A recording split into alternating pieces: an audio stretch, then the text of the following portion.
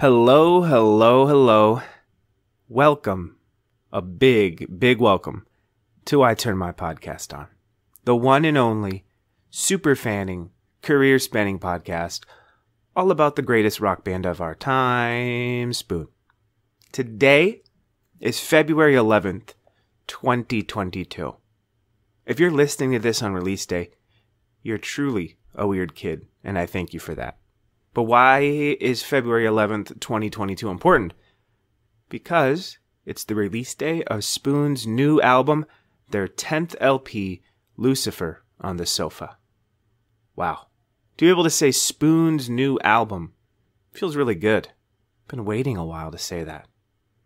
But if you haven't followed along with the show, it started in the summer of 2020, and we began going through the catalog, every record, every track, breaking them down, talking with Britt Daniel of SPOON, and later we talked with Mike McCarthy, who produced some of their most important records, and we have even more things coming down the way. But today is exciting, not only it being a new record coming out, but the fact that this episode was able to just exist and come out on the same day. It's called Synergy, kids. I was able to hear the record a few weeks before this interview, process it a bit, and then get this all ready for you. I encourage you to first listen to the record all the way through and then come back and listen to this. I look at it as like bonus content, special features on a DVD. Would you watch a making of featurette before you watch the feature film? Well, certainly not. I would hope not. That would be absolutely insane. But go listen to the record maybe even a couple times, then come back and listen to this, and then just keep going back and forth for the whole day. But it was a really neat privilege as someone who likes to gush and talk about music, all kinds of music, but of course specifically my favorite band, Spoon. Now it's officially out and we can all talk about it together as fans. So as one final note, this episode is just the interview. On episodes past, we break down all the songs, play some snippets, talk about some specific things in them. But with the album being so new and the listening process and just the time I had with the music before the interview, this is more about just like the first reactions, the thoughts I had on it, and I intertwine them with talking to Britt about making the album. So maybe once we get back into the back catalog and we cover this album down the road, we'll get more in depth with track breakdowns and more thoughts on the album. No promises. I just don't know. But I thought this conversation being the main content of the episode was fitting, as it was the first time the band has put out a new album while the podcast was going. So I look forward in the coming days, the coming weeks, the coming months, hearing from you all. What do you think? What's your favorite track? What's your least favorite track? What do you think of the album art? What do you think of the album credits? How does the record smell? That's always important, a brand new record. But I encourage you to email the show, and we'll talk about your opinions on this new record. We'll do a listener response or fan episode that will come out in the next few weeks, so I'll give you a little time to process it and write me. Write me at iturnmypodcaston @gmail.com, and your response just might get read on the show. Otherwise, follow social media accounts on Instagram at iturnmypodcaston, and on Twitter it's at turnmypodcaston. And finally, a nice iTunes review or on Apple Podcasts is always very appreciated, and it helps the show. But again, just a big thank you to Britt Daniel and everybody in Spoon that made this happen, spending time with me to talk about this new record so that you, listener, can hear it right now. So without any further ado, here is the interview.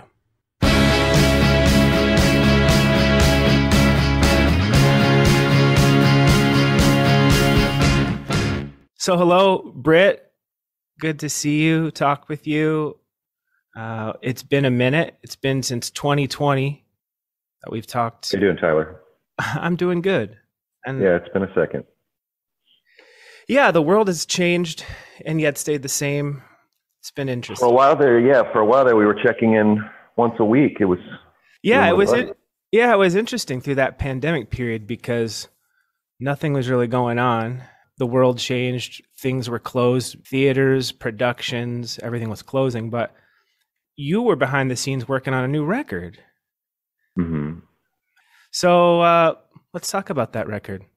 Right. Lucifer on the Sofa. You'd been working on this one for a while, up and down throughout those periods. But first of all, just how does 10 LPs feel? A catalog of 10 albums. It's a nice number. Maybe it's a good number to stop at. No, you know what? It's complete. Yeah, it does feel complete. That's just 10 just feels like a good number. But honestly, if you were happy with it and, do something else, sure. But as a fan, we'll say we love the records. But I do want to quote, I want to take a quote from you. You said in an ACL radio interview almost a year ago at this point that you thought is going to be done last May, this new record.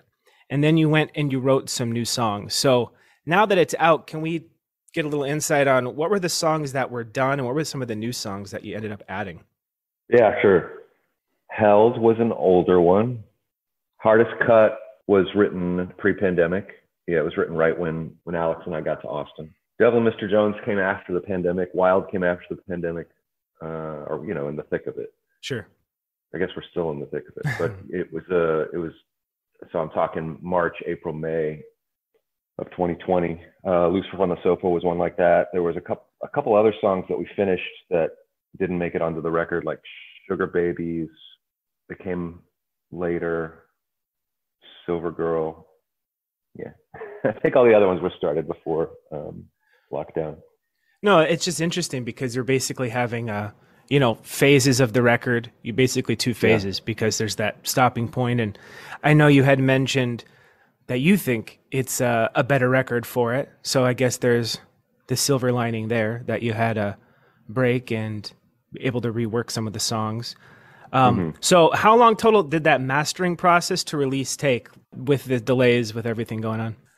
I mean, yeah, there's always a delay. It's always been the case, like when we finished Give Me Fiction, we finished it in, I think, the fall, and it didn't come out till the next June or July or something. It's always been like that, where they want several months, a much longer period of time than any entity should require, but just the manufacturing alone at this point of vinyl, if you're going to be putting out vinyl and you want the vinyl to come out on the day that the record comes out, then that's going to put you back, like, I don't know, 8 months or something, 7 months, 12 months. I don't know. Wow.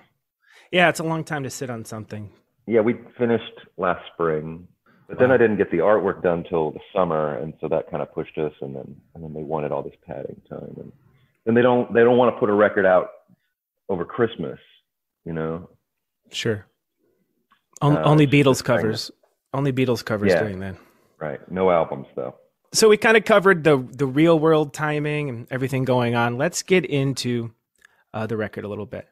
So as a fan, I have to say, I think the winning formula for a Spoon record is 10 tracks and a cover.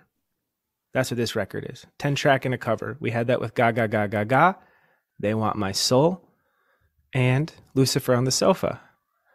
Did you ever think about that at all consciously? I hadn't thought about that. I do like doing covers.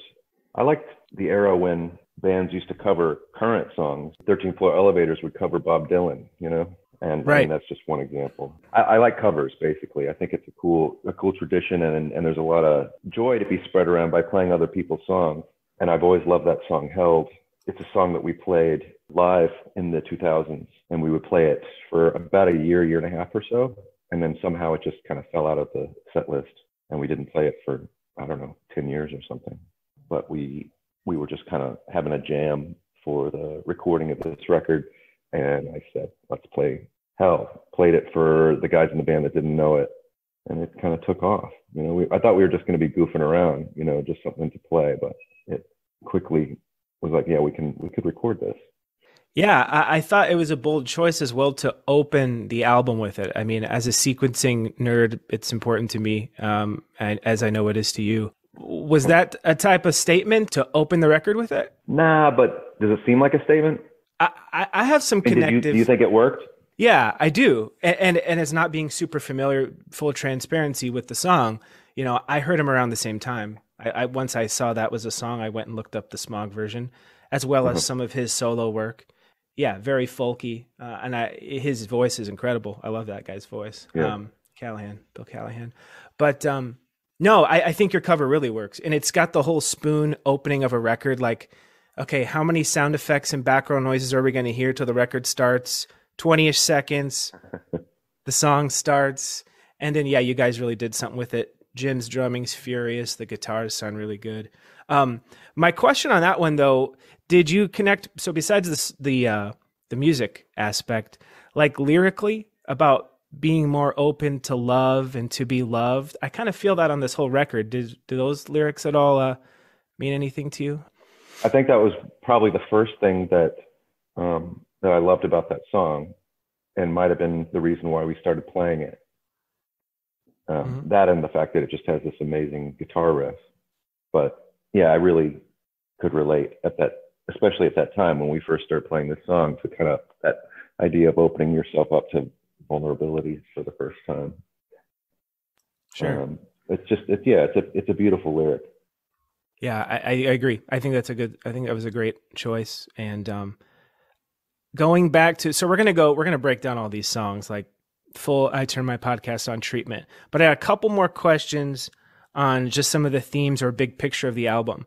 Having the long career that you've had, what's the most frustrating thing? Is it like the decisions of cutting some songs, doing interviews like this?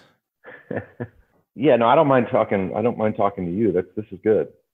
Every now and then you got to do a dumb interview. Maybe social media is my favorite part of the gig. Sure. I mean, my favorite part of the gig is doing shows. That's right. And writing songs and recording songs. That's what I got it for. Well, that's interesting you mentioned that, because like every album, every tour gets a little bigger. The album sells a little bit more. And then you have that aspect of trying to connect with the fans more. And as technology changes, that's something that's been getting bigger. Like today, you're debuting the video for Wild, as well as posting YouTube shorts, I believe they're called, which is little glimpses into the life of Spoon. Things like that, as you adapt, do you feel that's a good thing as far as just kind of trying to get newer fans and more fans on each album?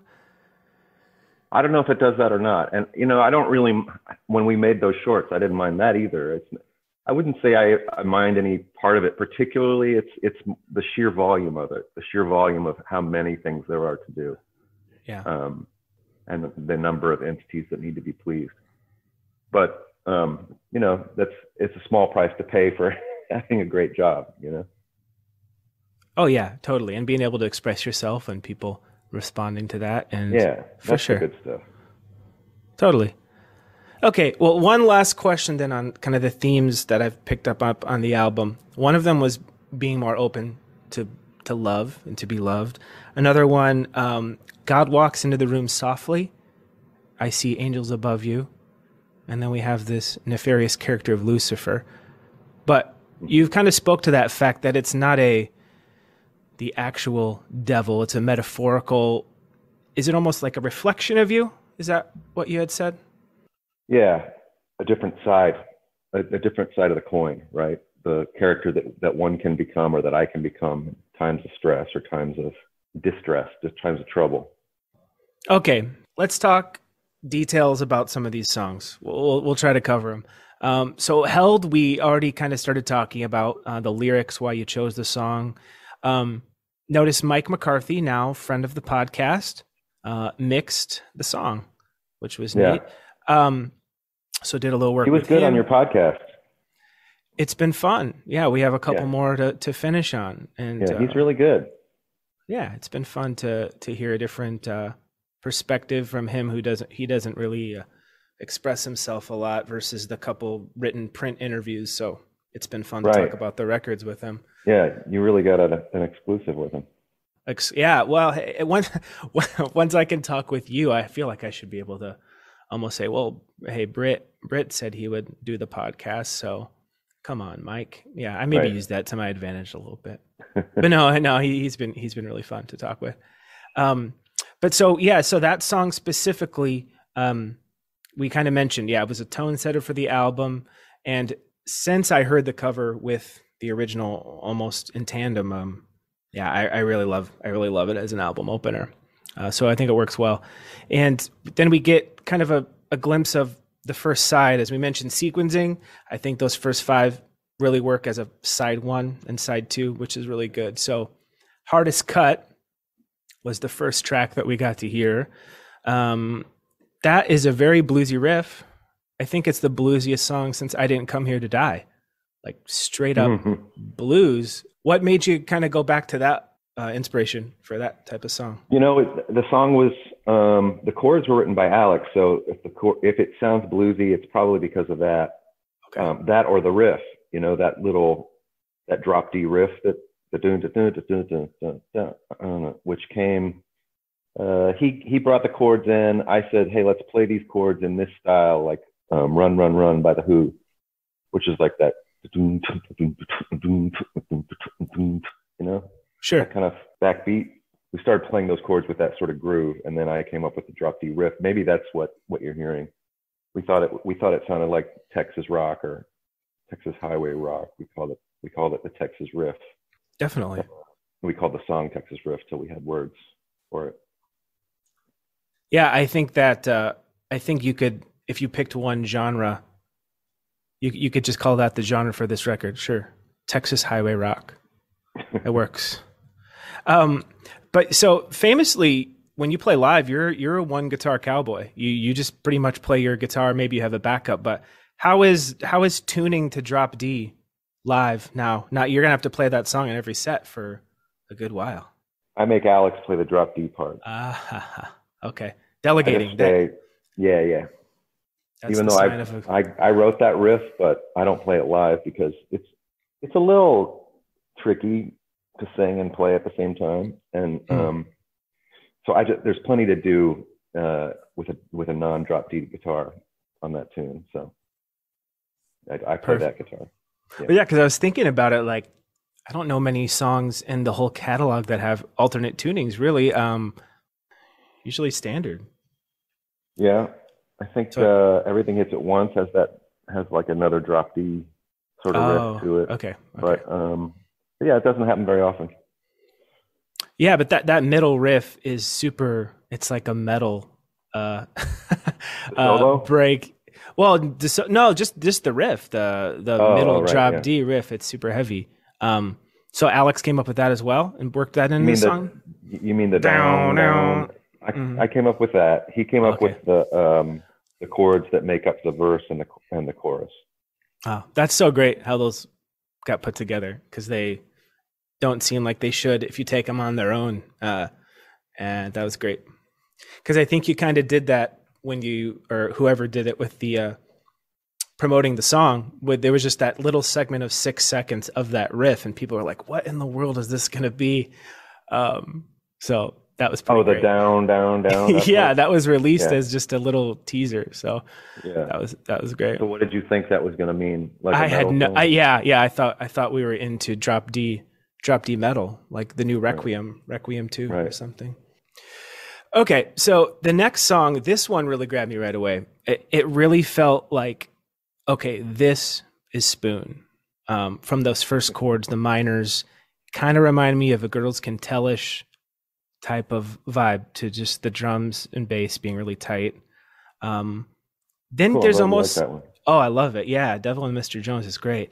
And there's almost a little callback to Agony of Lafitte with the background vocals. There's a little ooh part. I thought it was fantastic. I hadn't thought about that. An interesting thing I noticed, so in the credits, Kristen Zeller is credited with Juju. Does that mean she just came up with that line, the lyric of Juju in the song, or? She's a resident of New Orleans, and she was consulted for the proper term, for the proper use of that terminology. Oh, okay. Gotcha. All right. So let's talk about Wild then. So this was the second song that people got to hear. If you own a record player or live near a record store. I was really surprised by this song. Because I had heard it live on YouTube, which is always the worst way to experience anything. But, you know, what surprised you? So live, there's a lot of guitar, like in the mix, you know, it's recorded off somebody's phone. The recording has this beautiful piano that comes in around a minute and a half or ish of the song. And that like changed the song for me. Like that piano just felt so uplifting. I was like, welling with emotion when I was listening to it. I was like, wow, this is really positive. It feels really good. So yeah, it was great. It's a great part. Yeah, and it's like it kind of had like an 80s vibe to me a little bit, like the I don't know New Order necessarily, but like the beat and then the kind of guitar work, and it just sounded really good. But my question on the music, or rather the lyrical part of it, it almost sounds like is it another kind of commentary on like the music business, if you will, like all they want from me is to sing the blues, and almost an experience like that, would you say? Yeah, there's some sort of similarities between that. I think I know which verse you're talking about. The trippers and askers, they surround me, all them wanting something from me. Right. I'm asking something special. Yeah, I mean, there's some similarities between that and what my life feels like at times. But the song really is about finding yourself living this sort of regimented life. I get on fine with modern living. I can do it. Sure. But there's this like wilder world out there that's calling to me. That's what the song's about. And it's sort of about which one are you going to choose? I was picking up more but I like it's more of a general statement as well. I love that. Let's get into this one. This is where I'm going back to that theme of to love and to be loved. My Babe. It's a really beautiful, very straightforward love song. Probably the most straightforward love song since I Summon You. But even that one comes from a place of like longing but this is my babe. We're happy, and that's great. It's a celebration of my babe, right? Yeah. And it's just that positive feel of just when you hear it, a positive love song that just puts you in a good mood and makes you happy. But I really like some of the instrumentation choices. Again, that piano really stands out on that one. Is that Alex playing that piano on that track? Yeah. Okay. Yeah. That's great. Well, see, that's the best part. Yeah, it's really good. Well, I like the part where the second verse where it's just vocals, drums, and a little bit of guitar strumming. I like that part too. I think they work together. But it's so hard to tell sometimes because now we have Gerardo and Alex, which are outstanding musicians in their own right, being able to do drums, piano parts. It used to be like, oh, that's Alex, but now it's almost hard to tell sometimes. Yeah, they're both so good. That's a good problem to have. Yeah. So for instance, that's Alex on that playing the sort of the lead melody on the piano, and Gerardo's playing the lead guitar on that solo on The Hardest Cut. Okay. Yeah. They both have things that they're so good at. But My Babe used to be. It started out just being, sort of the vibe of the second half of the song, which is very like. The first half of the song is a bit melancholy, more sentimental feeling. Mm-hmm. And then it gets sort of more, it feels like more bravado, more... Yeah, bombastic. Yeah, tougher, right? More epic or something. And the whole song used to have that second half feel the whole way through. And I found just found a demo that, the first demo that I did, it was sort of like that. It was the whole way through, it was sort of not melancholy at all. And Alex and I went back and sort of rearranged it because it needed to present both sides of the lyric a little better, a bit of tenderness to it. So it starts in that place and then it moves on to the sort of celebratory feeling. Yeah, that's perfect. Thanks for laying that out, because you definitely feel that with the dynamics of how that song changes. Your voice even sounds a little bit more strained by the end because you're just tearing your heart out. It comes out great when you're, how you're expressing it. So, thanks, man. That's good. Yeah, and again, a great way to end side one. Now let's flip the record to side two. It feels all right. This one was another one that grabbed me right away. I described this song as just pure swagger, just confidence to it. It feels really good. That drum beat's probably my favorite of the record. How did you put those pieces together? Was that like a melody that you had and then the drums came later? Or I feel like that beat is so essential to the song. I don't know. You'll have to ask Jim about that. When I just came up with it, I just kind of came up with it with, just a guitar, and I didn't really have a plan for the drums on this one. But cool. We played it together, and it pulled together. Yeah, that one is a really cool song. The other thing I noticed on that one, then, so Justin Raisin produced this song. Yeah. The only song he produced on this record. Was it brought to him specifically? Do you seem like a good fit for it, or did he work on a couple songs and this is the one that really worked? Or He just worked on that one song, and it was, I think it's the only song I sent to him. And I think we only did it because most of the record was made with Mark Rankin, and I think he was busy for a couple months doing some other project. And so we just said, well, let's just try this, try working with this guy, Justin, who we know all these people that have worked with him. And he's done some really cool stuff. Yeah, it was just a matter of that. Let's just try this out. Okay. And it was in that way, it is a standout, the sort of rule breaker of the record, because the record was really made in Austin the whole time. But that was the one song that was tracked somewhere else. Huh. Well, I only knew that by reading the notes, because this song didn't, stick out like a sore thumb. I thought it was a really cool way to start the second side and kind of grab your attention with that. Just, the instruments are really giving pause to the drums, and, they kind of come in here and there. And I thought that was a way to grab attention. It worked really well.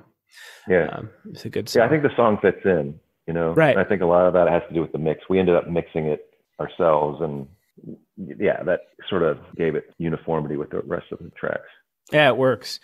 The next song, On the Radio, is interesting because I think this one's been around for a while. This one, there is footage from pre-pandemic on the radio. Yeah, we were playing this one. Yeah, we played it on that tour in 2019, that short tour. Yeah.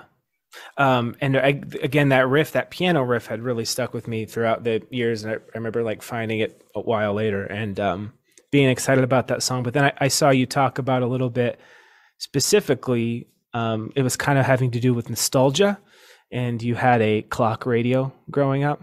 Right. Yeah. I guess you could call it nostalgia. I mean, it's a song about sort of the importance of and the excitement of just the radio was for me growing up, and how important it was about, when you're a kid, oftentimes you're stuck in the house, you're stuck at home, maybe you're stuck in your room, maybe you're alone a lot. And the radio was sort of my way to be touching the outside world a little bit, to be able to hear that there are other voices out there, and there are other people outside of this room and this house are mutually experiencing. And it felt like the voices on the radio were talking to me, it felt good. Did you have a clock radio?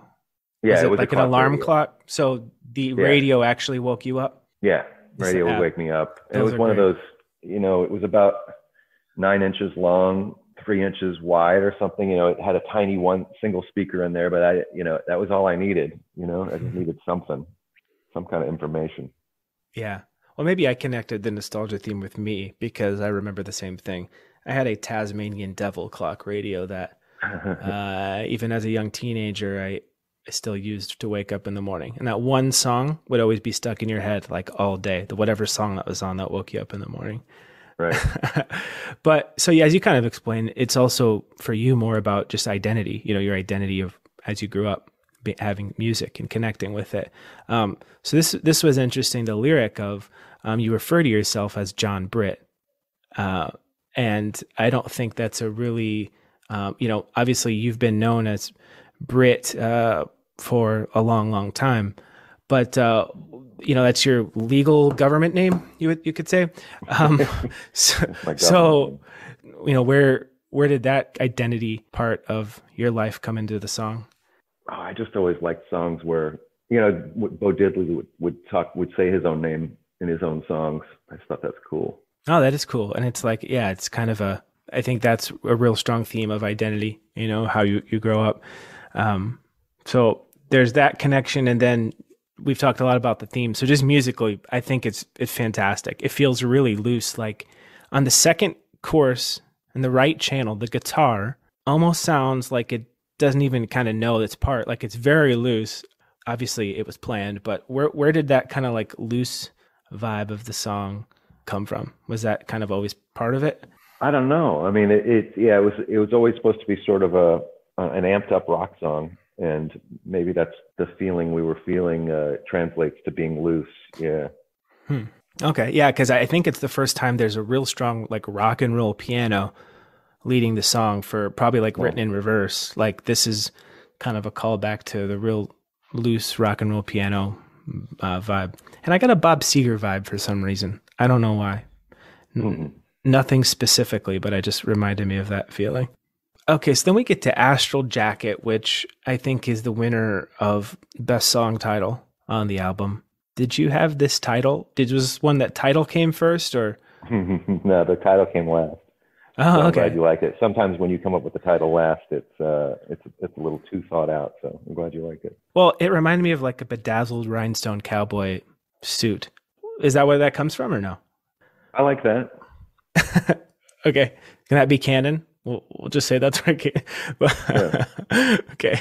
But no, again, that's a really beautiful song. The first time we've heard acoustic guitar for years and years on a Spoon record. That's a really beautiful, tight little song. Is that one that you think you'll play live as like a slow acoustic song, or do you think that's going to be kind of hard to work in at this point? No, I'd like to do it. I really like that one. With maybe the exception of the last song, they all kind of fit in with our live show. You know, sometimes we get to the end of a record, and because we've made the songs in the studio, kind of writing them and coming up with parts in the studio, then later when you go out on tour, you got to sort of learn your version, right? You know, you got to figure out how to actually play a live version of it. But all these are songs that we hashed out before recording. I think we could play all these, with the exception of the last one, which has all those horns in it. But maybe we can come up with another version. But yeah, I'd love to play this one. It's a pretty tune. I really like it. It's got a lot of great vocals on it.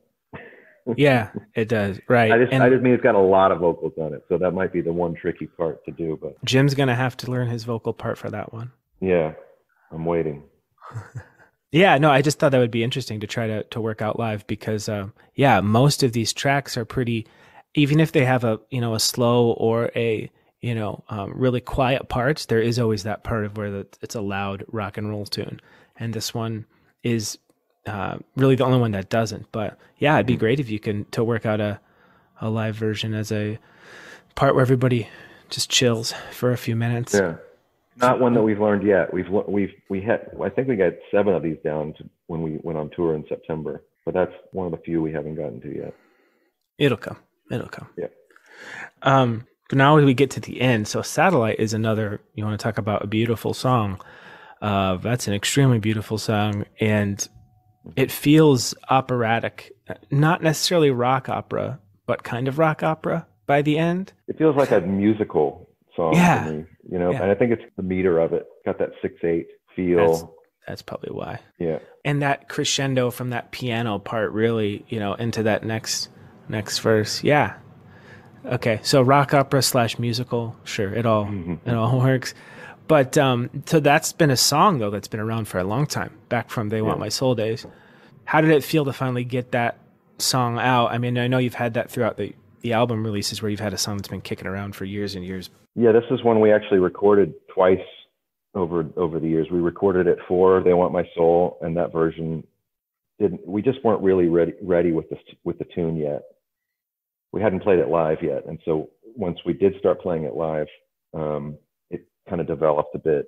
Then we tried it again in 2015, and that didn't work as well either. And then, so yeah, to get it a third time and really feel like we captured it was an accomplishment. It felt good. Mm-hmm. It turned out really, really great. And I honestly, at first listen, I'm like, oh yeah, this is the end of the record. I was just kind of passively listening my first time, and I'm like, oh yeah, that's the end of the record. That makes sense. Like it and then and then Lucifer on the Sofa starts. That's interesting because you mentioned, I was gonna kind of follow that line of questioning of it doesn't feel like one that you could necessarily play live and people are gonna go crazy for it. Like it seems like a very personal, very internal song. Lucifer does? Yeah, well, from the lyrics and even to just the arrangement, like, so first of all, it sounds like an old analog drum machine for that part, or is that real drums? That's real drums. It is. Wow, that's great production. It is great production. It was Jim playing, and actually when he recorded it, the drums were really roomy. And then we sent him, this is the one song that we did with Dave Fridman for this record, and we never saw him, but we were working on it in Austin, and then we would send him stuff, and he would give us suggestions and process things. And one of the most essential things that he did on this song was change those drums so they weren't this big boomy, roomy drum sound, and what you hear is super tight. You thought it was a drum machine. Yeah, it sounds like an old 60s analog drum machine to me. It's a great sound.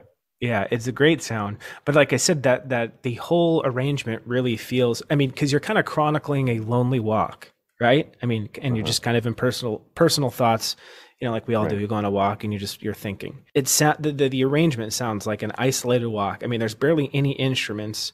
That beat is almost just like at a brisk walking pace. You really only have some keys. And then I think there's a guitar in the outro riff, the last 3 seconds, and then some awesome horn parts. But again, I just think that, admittedly, I did not like the song at first. I'll say that right up front. And I was like, this is kind of weird.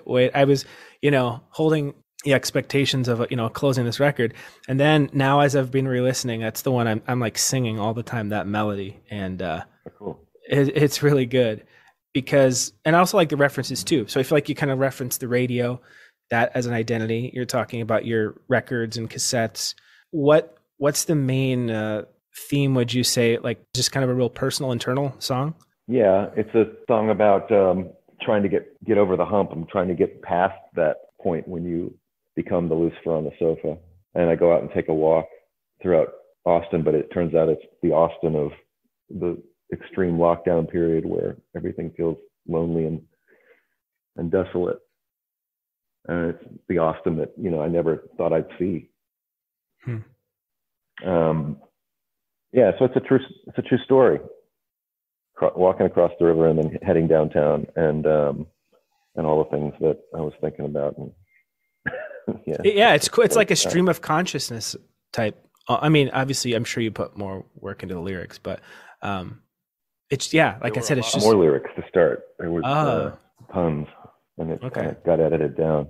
Yeah, it's really neat. Friedman said it was too long. Well, it's 5 minutes? Obviously the longest song on the record, but a closer can be long. No, I think it's neat. And so, where it started was too long, and then we edited it down, is what I'm saying. Okay. Yeah, and again, I think he liked where it ended up. Yeah, and the way it just, the last chords of it also just, it really, really ends on a kind of final few notes. It's really neat. Okay. Wrap up questions, rapid fire, 2 minutes. Here we go. So I've been doing some research, and there's a flexi disc exclusive bonus track in some certain countries, one of them not being the United States. So what's up with that? We want Sugar Babies in America. Yeah, it'll come out eventually. Okay. It will. It's too good to exist on a flexi disc. We want Sugar Babies. Only. Well, I feel like that title's been around for a while in Spoon. Am I correct on that? I feel like I've seen Sugar Babies before. Really? Or was that completely new? I don't know. It was, I've got this notebook where I write down title ideas, and that was a title I had for a long time. Okay. Not knowing what the song would be about. Yeah, I must have read one of those notebooks. Yeah, I had a notebook. It's possible I threw the title out there at some point. I don't know. We're still waiting on Sugar Babies, Fish Fingers, the Food album. Okay, so let's ask the most general softball question last. What's your favorite song on this new record, if you had to pick one? Right this second? Sure. I'll say, why don't we say the Devil and Mr. Jones? Yes, I love that one. That's fantastic. Okay, thank you so much. Yeah, man. It's good to talk to you.